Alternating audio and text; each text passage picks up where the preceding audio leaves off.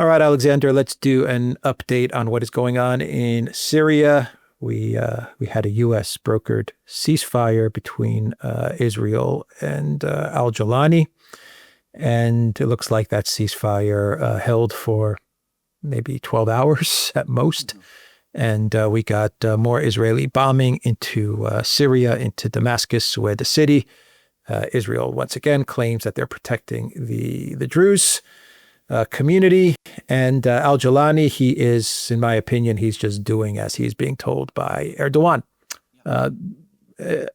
Interesting, complicated situation is unfolding between Turkey and Israel as far as maybe getting an understanding as to who's going to take what parts of Syria. At least that's how I see it. And of course, the cover story in all of this is al-Jolani and the Druze community. I don't know. How are you seeing this?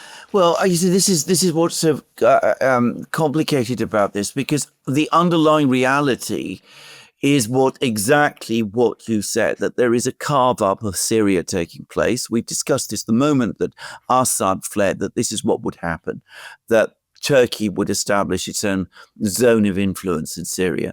Israel would try and establish its own zone of influence in Syria. Each side would have its local allies and proxies. The Turkish government, Erdogan's government, are working through al-Jolani, and they're trying to base their support on their influence. Their local allies are going to be the Sunnis and the hardline Sunnis and the jihadi fighters that Erdogan has been backing for the last almost 15 years actually in Syria. The Israelis have suddenly discovered a huge admiration and recognition of the plight of the Druze people.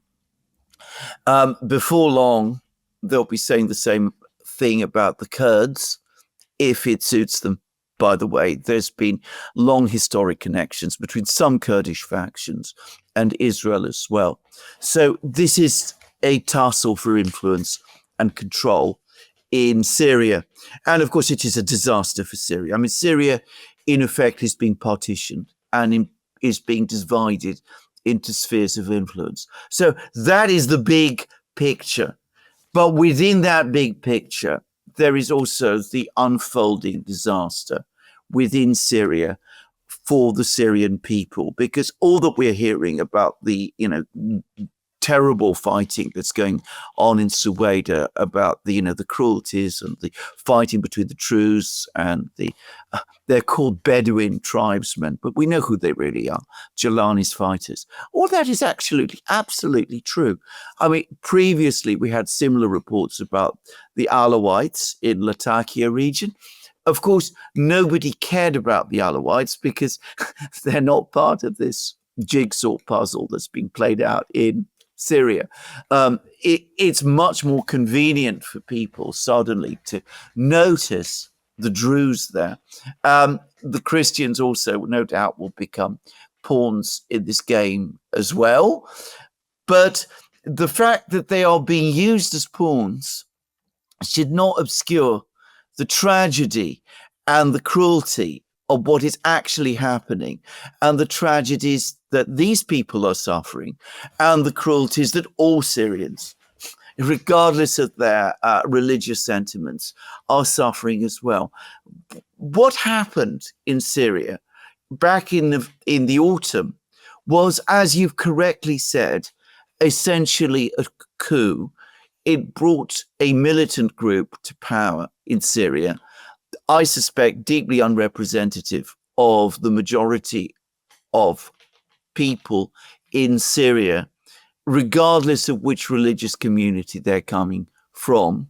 But they're militant, and we see what they're prepared to do.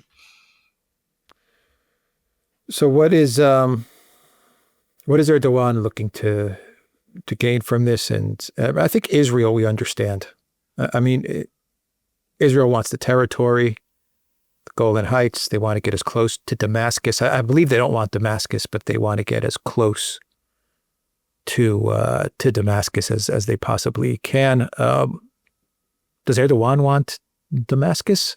or does he just want to get as far south as he can without getting Damascus? And at the end of the day, Erdogan has al-Jolani. I mean, al-Jolani is his puppet. Yeah. Al-Jolani is also part of Israel's network. I mean, al-Jolani is, to me, he's part of all three: the United States, Israel, and Erdogan. I think he is leaning more towards Erdogan, or Erdogan has more control over him. But I mean, he's essentially a figurehead. I don't even know if you can call him that, but he's been put in the office of president, unelected, after the coup, and he's kind of serving all three masters, it seems. I mean, what is Erdogan's ultimate goal in all of this? And a fourth master as well, which is Qatar, which has paid a lot of the bills. Apparently. Right. Okay. Just to say, but he's serving four masters. Yeah. You're absolutely right. But I mean, the dominant figure, the person who ultimately controls him, is Erdogan. It's Erdogan who has troops in Syria. It's Erdogan who's able to sustain whatever is left of the Syrian economy. It's through Erdogan that al-Jolani is able to recruit fighters. Jolani is, to all intents and purposes, Erdogan's puppet. Now, that has been true, by the way. It's been discussed not since the autumn, but since long before, that the connections between al-Jolani's network and Turkish intelligence is very well established. There is actually quite a lot of archive information about it if you want to spend your time and look it all up. So ultimately, he depends on Erdogan. Now, what are Erdogan's objectives? Does he want Damascus? Absolutely. I think this is a key thing to understand about this. For Erdogan, Damascus is absolutely a key prize. If the government that Jolani represents, as President al-Sharaa, loses control of Damascus, then this is a massive political defeat for Erdogan. I mean, he can no longer claim that he is in control of Syria anymore. Damascus isn't just the capital of Syria. It's one of the historic Sunni cities. It was, for a time, the capital of the Islamic Caliphate of the 7th and 8th centuries. So, I mean, this is an enormously important historic city. It was also a key city in the Ottoman Empire. Just to say, it was where the Ottoman governor was based, who administered not just Syria, but also Palestine and Lebanon as well. So absolutely Erdogan wants Damascus. The question is whether he can hold on to it, and whether what he's prepared to do in order to hold on to it. And this is the trap which he now finds himself in, because he's overextended. Damascus is much closer to Israel than it is in some respects to Turkey, at least to the centers of Turkish power. Turkey is not really in a particularly strong position to take on the Israeli military in southern Syria, and certainly not in order to defend Damascus itself. If the Israelis get close to Damascus, then that calls into question the entire viability of Damascus as a functioning city. So, things could easily start to fall apart there, which would not be a good look at all from Erdogan's point of view. And of course, he's also got to take into account that the hardliners in Israel, Ben-Gvir, Smotrich, those people, are now openly talking about the need to assassinate al-Jolani, because they have an objective, I suspect, ultimately, to bring large areas of Syria itself under direct Israeli control. Yeah, so, absolutely. So these are the things which are, Erdogan perhaps never really understood and never really prepared for when he launched his war against Assad back in 2011. It was this massive mistake that he made, and he's got this problem. Now, what is he going to try and do? One, he's going to try to get the Americans to lean on the Israelis to keep the Israelis at bay. That may be difficult. And there are many, many people in the United States who don't like Jolani. You could see that in the media there, and are upset about some of the things that are happening in Syria. And they don't like Erdogan either. And this is a long-standing issue for them. Also, if the Americans were to lean on the Israelis in that kind of way, that would give them leverage over Erdogan, which up to now he's never wanted. But I think that's ultimately his objective at the present time. And he probably, what he's ultimately looking for is some kind of agreement. It would have to be an informal agreement, because Turkey's public position is that they want to keep Syria united and whole. I mean, they don't want Syria to break up. They don't want the Kurdish enclave, the Kurdish regions to become, a separate self-governing enclave within Syria, or independent of Syria. So he wants some kind of a deal done, an informal deal, setting out clear spheres of influence. And he's going to be spending nearly all his time and energy, I suspect, over the next few weeks and months trying to negotiate his way through that. How that's done, I simply don't know. And the Syria that fell into his lap in the autumn is turning into dust.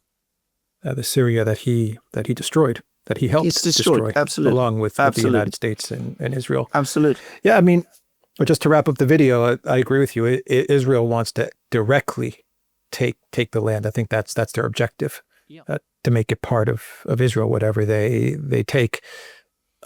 Does Erdogan? I don't think Erdogan wants to take the Syrian land, make it part of Turkey.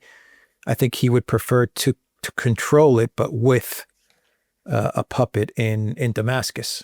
Yeah. Is that correct? Yeah. That's exactly that. I think that's the big difference between what Israel's goals are and what Erdogan's goals are. Yes. There are some people in Turkey who have been saying, that Aleppo is a historic city that was, under the Ottomans and ought to be part of Turkey again. So there is that narrative among some people, but I don't think that was Erdogan's plan. I think Erdogan, what he wanted was his people who are ideologically affiliated to him through ultimately the Muslim Brotherhood, to take control in Damascus and to govern Syria as a kind of vassal state of Turkey, with Turkey having economic control of Syria and its resources and its oil and its industries, which used to be, by the way, quite well developed. I mean, they're not like in any kind of functional state anymore, but anyway, they used to be. So that was his objective. But of course, it's not working out. And it was obvious it would never work out. It should have been obvious it would never work out. Well, the alliance is interesting that's forming in the Middle East. I don't even think it's an alliance, but it's this cooperation that appears to be forming in the region between Turkey and Israel. It's connected to Azerbaijan. Right, you see, Azerbaijan is very closely aligned to Israel, but of course, Azerbaijan is a client state of Turkey. I mean, Aliyev is a puppet of Erdogan's. Yeah. You see them trying to do the same, or trying to figure out how they're going to cooperate in Syria, how they're going to carve up Syria and rule it between themselves. I mean, you do see in the region this kind of cooperation. I don't know if you have a better word for it. Between Israel and Turkey, and you do have some countries which fall under their domain. Well, I mean, again, we're talking about what Erdogan would like. He would like a grand division of the entire Middle East into spheres of influence. I don't personally have any doubt about that. He's talked about it. He's made speeches in which he's essentially admitted that. The problem is that I don't think that works from an Israeli point of view. And this is the problem. You're talking about an alliance, a kind of semi-alliance between Turkey and Israel. But of course, all the public rhetoric is the exact diametric opposite on both sides, by the way. And it's an alliance which is underpinned by extreme rivalry because they have ultimately conflicting objectives. These are not two countries. Israel and Turkey are countries that are not really at the moment, at the present time at least, easily compatible with each other. So yes, I think that in the short, medium term, I suspect that after horrific tragedies in Syria, some kind of a deal will come. We're going to get a broken Syria, which will be a major problem for Turkey, by the way, not so much for Israel, but mostly for Turkey. I doubt that there's going to be this successful division of the Middle East into spheres of influence that Erdogan wants. And of course, if he does try and achieve it, he's going to run up against other big players in the region, Saudi Arabia and Iran, that won't like him. Because that's the other thing. There is tension between Erdogan and not just MBS, but the Saudis also, because the Saudis are very suspicious of Erdogan's attempts to present himself in Turkey as the leader of Sunni Islam. I wonder what the U.S. is thinking about all of this, or what they're telling Israel, or what Israel's telling the United States about all of these moves.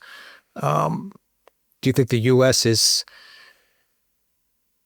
looking at this favorably, some sort of grand bargain between Israel and Turkey? Do you think the U.S. is saying to Israel, or Israel saying to the U.S., we're going to do whatever we want to do, and the U.S. is saying, okay, that's fine? I mean, who in the US? I mean, if we're talking about Donald Trump, I think he would love a grand bargain between Turkey and Israel. I mean, Trump loves the idea of grand bargains anyway. And I think if you could negotiate one and walk away and say that he did it, I think he'd love it. The trouble is, again, there are many different people with many different agendas about the Middle East and the United States. There is a very, very strong pro-Israel faction, which is probably the one that is ultimately in the ascendant. They don't like Erdogan either, because they see him as unreliable, and they don't like the fact that he's maintained good relations with Russia up to now and has dabbled with the BRICS and all of that sort of thing. So he's got that problem. One of the problems about the United States and the way it conducts its policy in the Middle East is that even more than on any other foreign policy issue, I get the sense that the number of people who decide foreign policy, the foreign policy of the United States with respect to the Middle East, that the group there is extremely small. They spend you could probably bring them all together into one room. It's extremely small. It is extremely hardline. And I don't think it is very interested in much of the complexities of the Middle East that we're talking about. Yeah. All right. I guess we'll end the video there. I wonder if Greece and Cyprus are understanding what's going on. I doubt they are. Well, I'm sure they're not. I'm sure they're not. And I would just add one other final point, which is that it's been fascinating to see the difficulties that the media in Europe is having with this affair in Syria. Because, I mean, a couple of weeks ago, al-Jolani was the toast of everybody. He was the great, liberator of Syria. Suddenly, they're having to deal with the fact that this fighting is taking place in Sueda. And we're getting pictures of what is really going on. And you could see almost a kind of nervous breakdown in parts of the media in Europe taking place. And then I've noticed that one newspaper in particular in Britain, which is The Guardian, has basically stopped reporting the story. Yeah. They supported the Al-Qaeda al-Nusra HTS $10 million bounty on his head guy. Yeah. And now they're They're regretting it. Yeah. Yeah. Okay. Anyway, we'll end the video there. The Duran.locals.com. We are on Rumble, Odyssey, and BitChute and X. And go to the Duran shop. Pick up some merch like what we are wearing in this video update. There is a link in the description box down below. Take care.